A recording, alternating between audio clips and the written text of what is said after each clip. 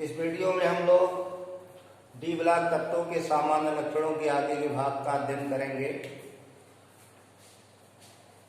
तो इसमें चौथा गुण है आयनों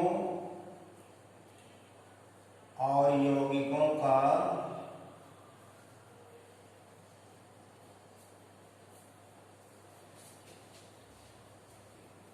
अनुचुंबकीय लक्षण।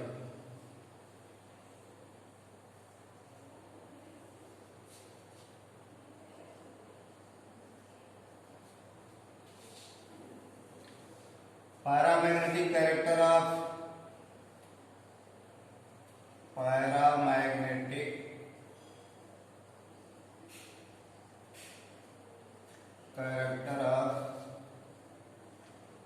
ions and compounds।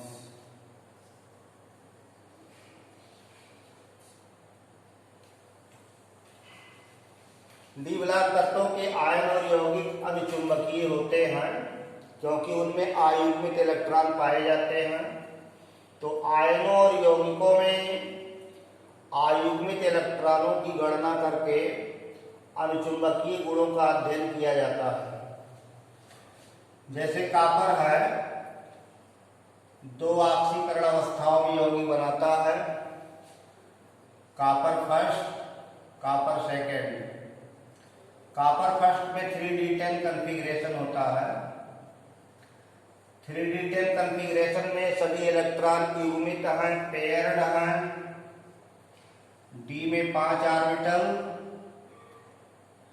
और 5 ऑर्बिटल में 10 इलेक्ट्रॉन।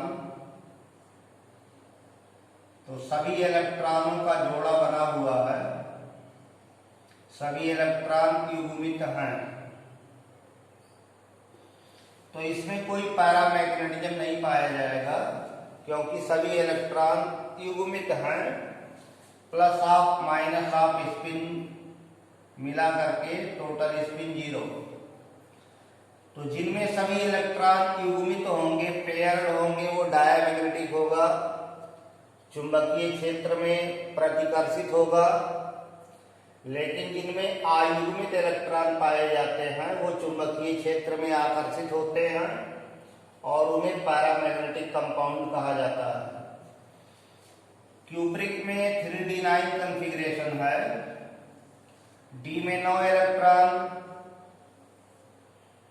5 ऑर्बिटलों में 9 इलेक्ट्रॉन भरे जाएंगे।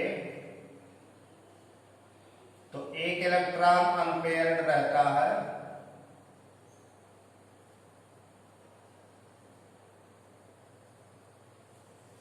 इस अनपेयर्ड इलेक्ट्रॉन के कारण इसमें अनुचुंबकीय लक्षण पाया जाएगा। Unpaired electron equal to 1।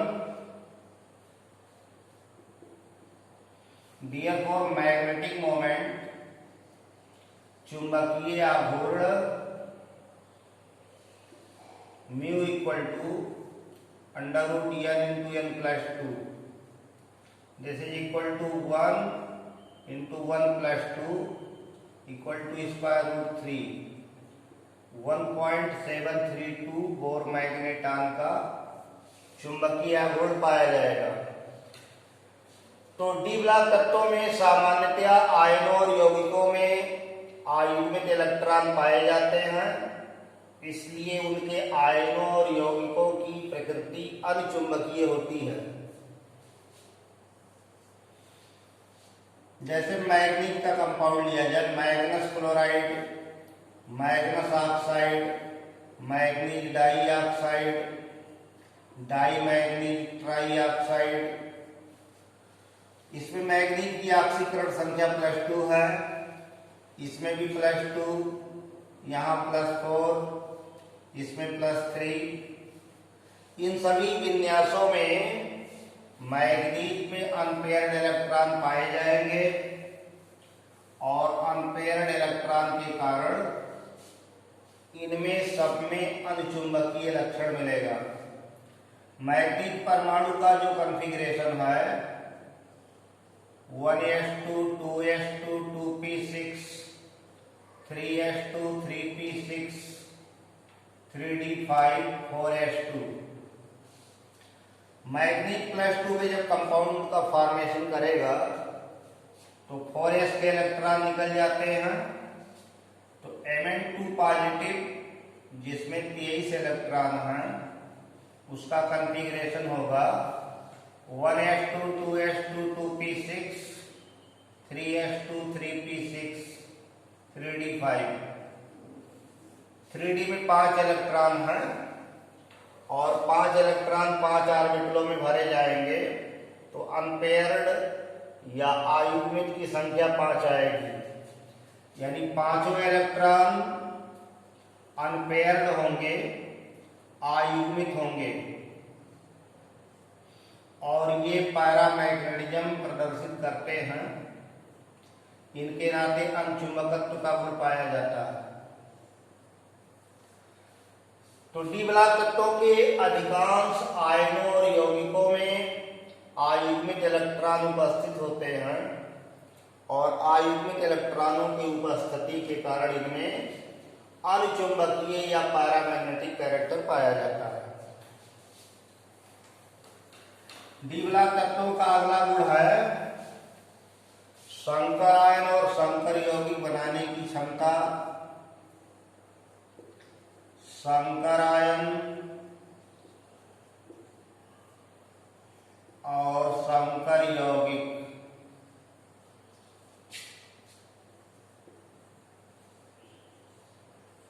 बनाने की प्रवृत्ति।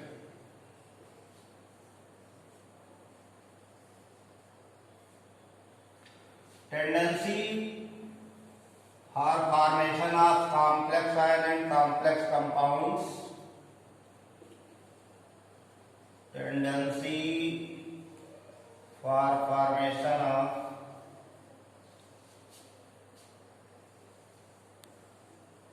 Complex ion and complex compounds।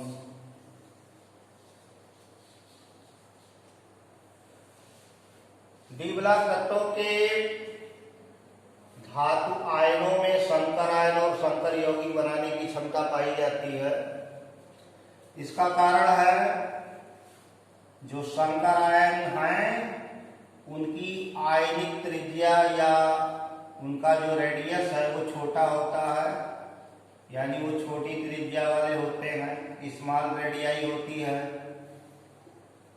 आयनों पर उच्च आवेश होता है और इलेक्ट्रॉन लेने के लिए रिक्त ऑर्बिटल पाए जाते हैं। तो डी ब्लॉक धातुओं के आयनों की त्रिज्याएं छोटी, उच्च आवेश और रिक्त कक्षकों के कारण इनमें संकर आयन संकर यौगिक बनाने की क्षमता होती है।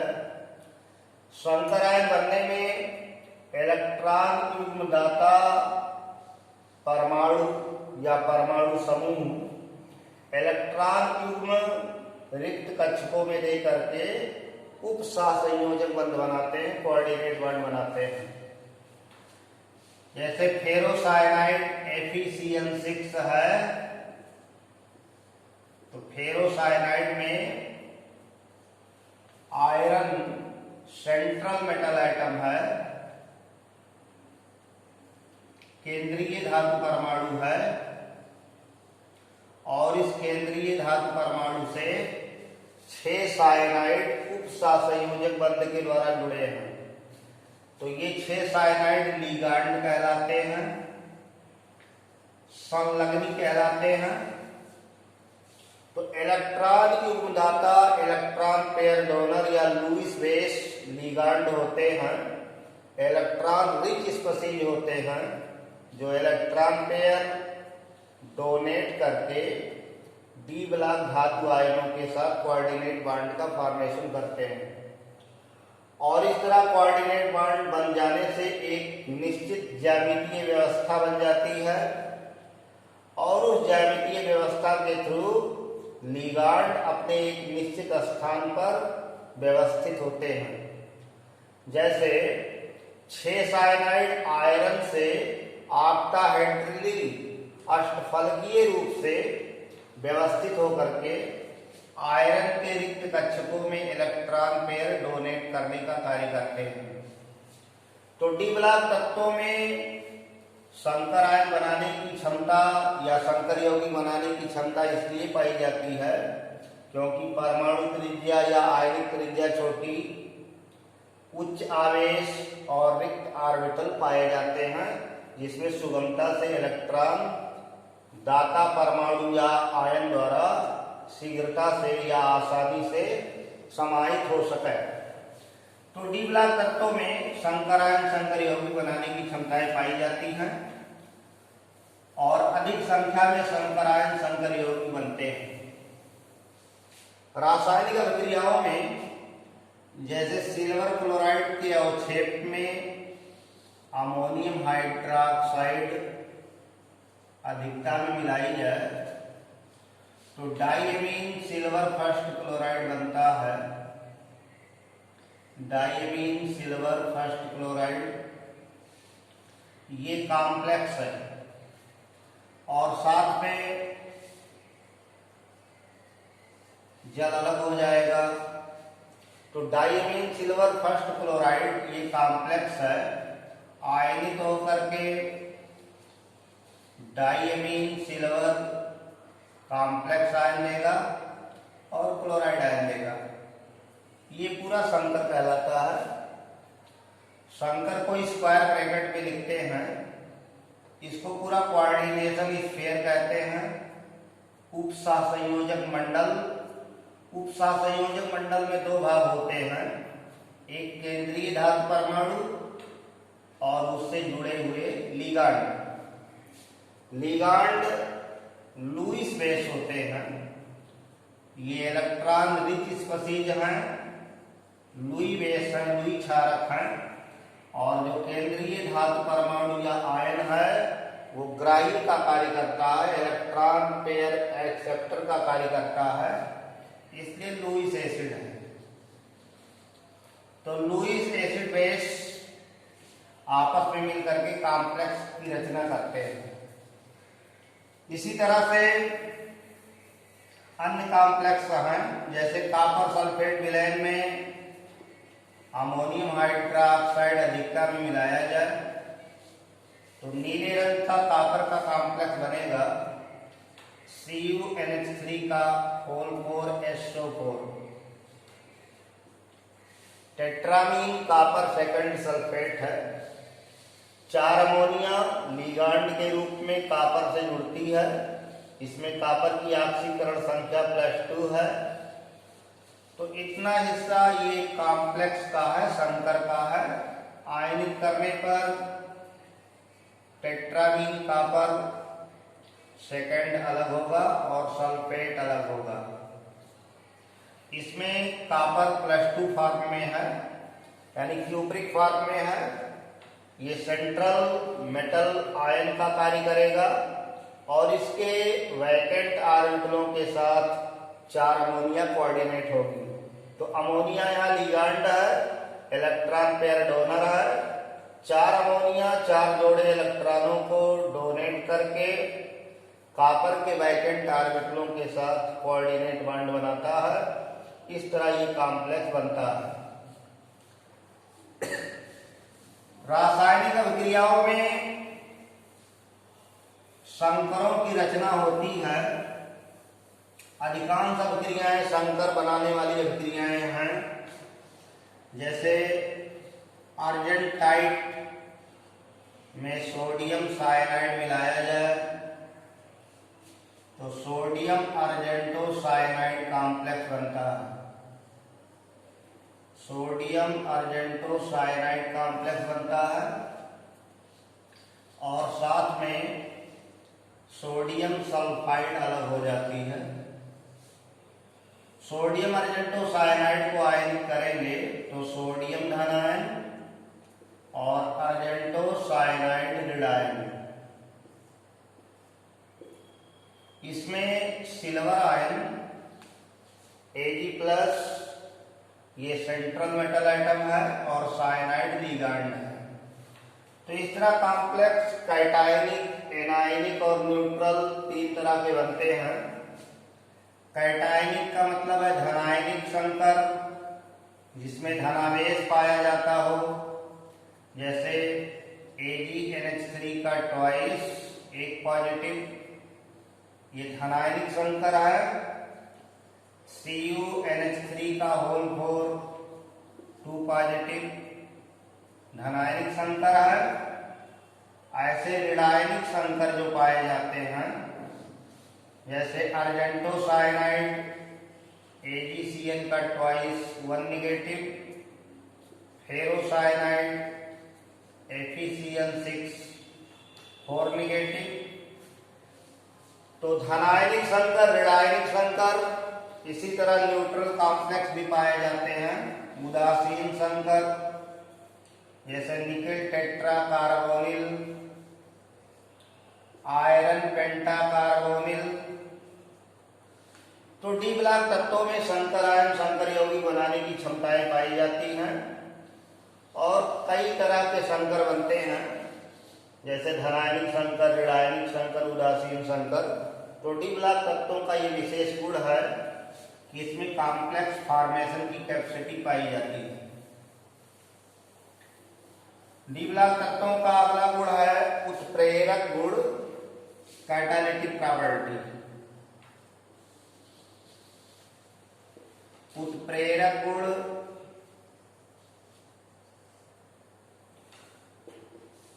डी ब्लॉक तत्व रासायनिक अभिक्रियाओं में उत्प्रेरक का कार्य करते हैं, जैसे निकिल है, palladium, platinum, copper, silver, iron, ये सब उत्प्रेरक के रूप में उपयोग किए जाते हैं।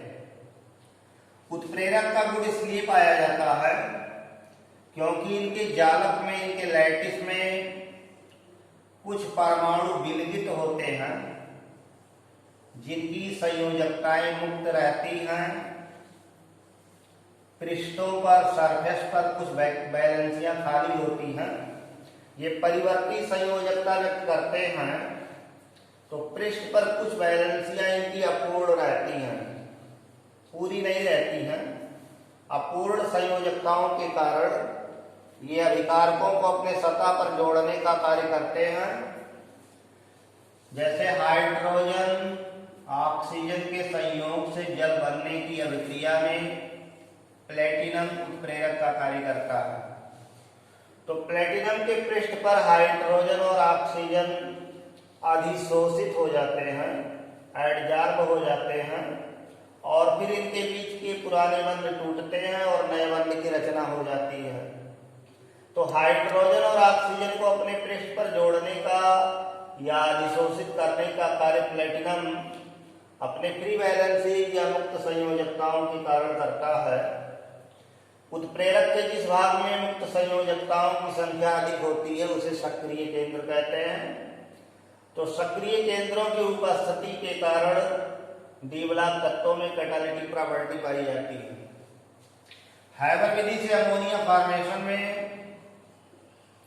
आयरन उत्प्रेरक का कार्य करता है और उसमें थोड़ी मात्रा में मॉलिब्डेनम मिलाया जाता है जो उत्प्रेरक वर्धक का कार्य करता है। मॉलिब्डेनम उत्प्रेरक वर्धक है, आयरन उत्प्रेरक है। ये स्वयं उत्प्रेरक नहीं है, किंतु अपनी उपस्थिति में आयरन की उत्प्रेरण सक्रियता को बढ़ा देता है। जो पदार्थ किसी रासायनिक अभिक्रिया के लिए स्वयं उत्प्रेरक नहीं होते, परंतु अपनी उपस्थिति में किसी उत्प्रेरक की उत्प्रेरण सक्रियता को बढ़ा देते हैं, उसे प्रमोटर या उत्प्रेरक वर्धक कहा जाता है। तो हैबर विधि से अमोनिया बनाने में आयरन उत्प्रेरक है, मॉलिब्डेनम उत्प्रेरक वर्धक का कार्य करता है।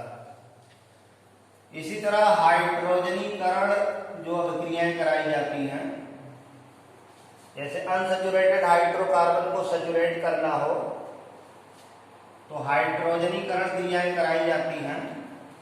इसमें निकिल, पैलेडियम, प्लेटिनम ये उत्प्रेरक के रूप में प्रयोग किए जाते हैं और इनकी उपस्थिति में हाइड्रोजन का योग होता है, जिससे असंतृप्त हाइड्रोकार्बन संतृप्त हो जाते हैं।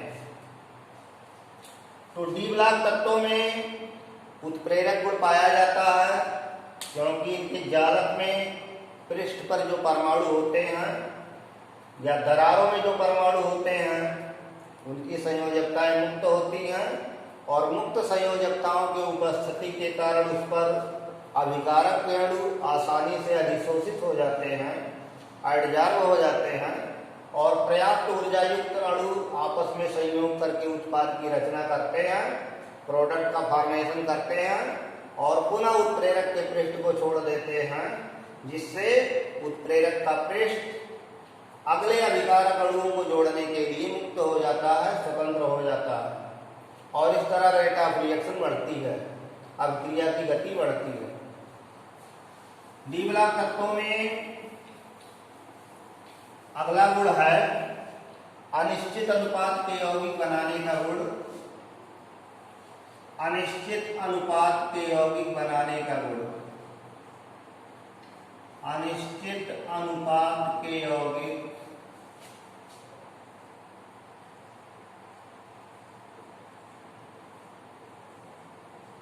बनाने का गुण।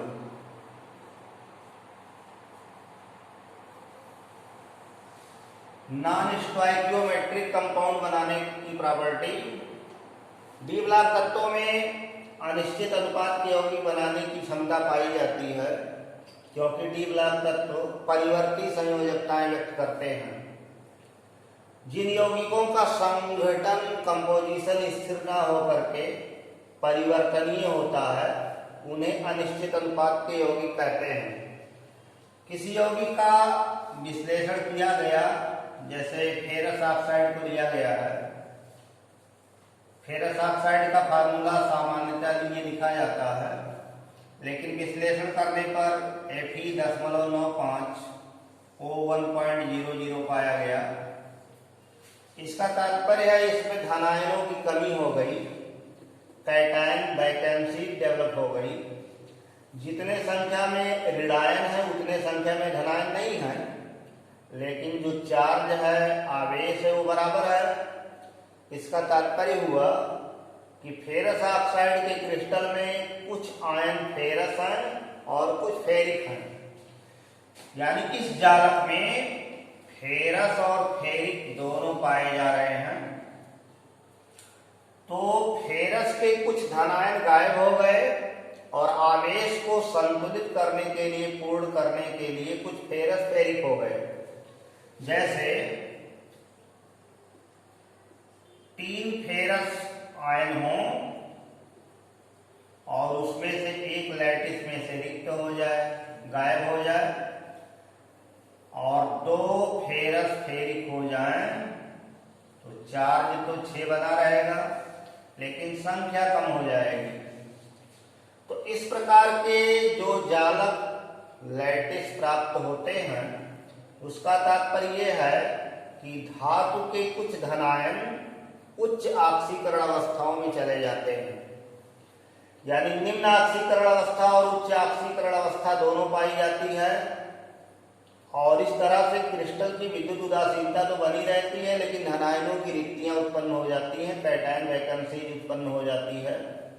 ऐसे यौगिकों का संघटन स्थिर न होकर के परिवर्तनीय होता है और सुविधा के लिए इन यौगिकों के संघटन को लगभग व्यक्त किया जाता है। जैसे फेरस ऑक्साइड को FeO लिखते हैं। FeO इसका वास्तविक संगठन नहीं है बल्कि परिवर्तनीय संगठन है। Fe.95 O1.00 में माना जाए कि फेरस की संख्या अगर यक्स है तो फेरिक की संख्या 0.95 माइनस यक्स होगी। गणना के अनुसार ये क्रिस्टल उदासीन है, तो इससे ही निकाला जा सकता है कितना फेरस कितना फेरिक होगा। तो फेरस की संख्या यक्स है, एक फेरस पर 2 पॉजिटिव, तो यक्स फेरस पर 2x पॉजिटिव चार्ज हो गया। फेरिक की संख्या 0.95 माइनस यक्स है और एक पर 3 पॉजिटिव, तो 3 का इसमें भी गुणा कर देंगे। 3 गुणे 0.95 -3x, और एक ऑक्सीजन है तो एक का गुणा कर देंगे, ऑक्सीजन पर -2 का चार्ज होता है इक्वल टू 0, यानी क्रिस्टल उदासीन है। तो उदासीन क्रिस्टल है, इसलिए ये पूरा 0 हो गया। तो 2x प्लस 3 बजे 15 और 3 9 27 1 28 2.85 -3x -2 इक्वल टू 0। तो -x इक्वल टू -0.85, तो x इक्वल टू 0.85, यानी फेरस की संख्या 0.85 है, और फेरिक की संख्या यहां से निकाल देंगे। 0.95 में से 0.85 घटाएंगे तो 0.10 ये आ जाएगा। अब गुणा करेंगे तो 2 पंचे 10 और 2 8 16 1 17, 1.70 ये हो गया, और 3 का गुणा इसमें करेंगे तो 0.3 ये हो गया। जोड़ने पर 2.00, यानी पॉजिटिव चार्ज 2 ही आया 2.00, और नेगेटिव चार्ज भी 2 है, एक ऑक्सीजन पर -2 का चार्ज है, यानी फेरस और फेरिक को जोड़ने पर चार्ज +2 ही आएगा। संख्या भले कम हो गई, ऑक्सीजन की तुलना में संख्या कम है, लेकिन ओवरऑल चार्ज पॉजिटिव और नेगेटिव बराबर है। तो क्रिस्टल की विद्युत उदासीनता बनी रहती है, लेकिन धनायनों की संख्या ऋणायनों से कम होती है, यानी कुछ कैटायन वैकेंसी डेवलप हो गई। तो डी ब्लॉक तत्वों में इस तरह के यौगिक बनाने की क्षमता पाई जाती है, क्योंकि धातु धनायन एक से ज्यादा ऑक्सीकरण अवस्थाओं में पाए जाते हैं। कुछ +2 में है तो कुछ +3 में है, ऐसे अन्य जालकों में भी पाया जाता है। ऐसे संगठन के यौगिक जिनका संगठन स्थिर ना होकर के परिवर्तनीय हो, बदलता हो, उसको नॉन स्टोइकियोमेट्रिक कंपाउंड्स या अनिश्चित अनुपात के यौगिक कहते हैं। डी ब्लॉक तत्वों में अगली प्रॉपर्टी है मिश्र धातुएं, मिश्र धातु बनाना, एलॉय का फॉर्मेशन करना, मिश्र धातुएं बनाना। तो डी ब्लॉक धातुओं के परमाणुओं या आयनों की त्रिज्याएं लगभग समान होती हैं। लगभग समान होने के कारण इनमें एलॉय बनाने की क्षमताएं पाई जाती हैं, क्योंकि एक के जालक में दूसरा आसानी से फिट हो जाता है। जैसे कॉपर और सिल्वर मिल करके सिल्वर कॉइन्स बनाते हैं। चांदी के सिक्के में तांबा और चांदी दोनों पाया जाता है। इसी तरह कॉपर और जिंक मिल करके पीतल बनाता है, ब्रास का फॉर्मेशन करता है। तो मिश्र धातुएं बनाने की क्षमता पाई जाती है, क्योंकि इनके परमाणुओं का आकार लगभग बराबर होता है। बराबर आकार के कारण ये एक दूसरे के जालक में आसानी से फिट हो जाते हैं, और जिसके कारण मिश्र धातुएं बनती हैं। तो डी ब्लॉक तत्वों में मिश्र धातुएं बनाने की क्षमताएं पाई जाती हैं।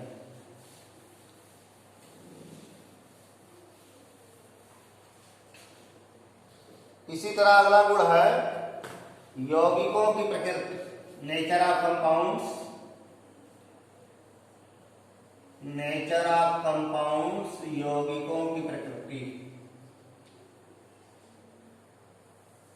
डी ब्लॉक तत्वों में आयनिक, यानी जो धातु और अधातु का कंपाउंड बनेगा, आयनिक सहसंयोजक और लिगांडों के साथ उप सहसंयोजक बंध बनाने की क्षमता पाई जाती है। डी ब्लॉक धातुओं में आयनिक लक्षण कम होते हैं।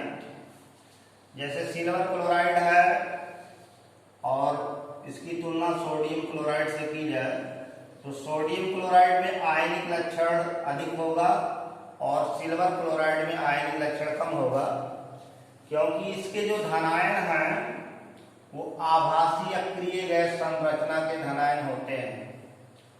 आभासी अक्रिय गैस संरचना के धनायन।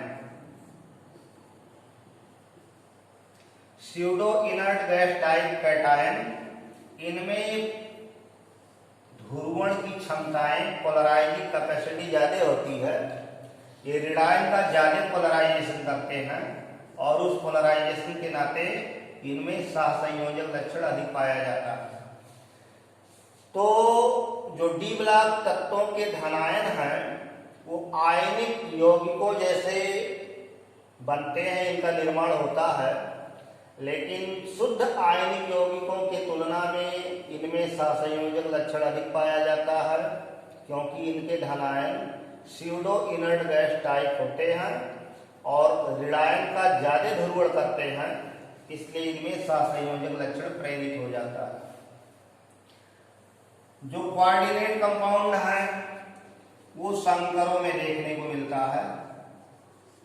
जो लुई छाप लिगांड है वो इलेक्ट्रॉन पेयर डोनेट करके कोऑर्डिनेट बॉन्ड बनाने की क्षमताएं रखते हैं। तो इस तरह हम लोग इस वीडियो में डी ब्लॉक तत्वों के सामान्य लक्षणों का अध्ययन किए। शेष अगले वीडियो में अध्ययन किया जाएगा। धन्यवाद।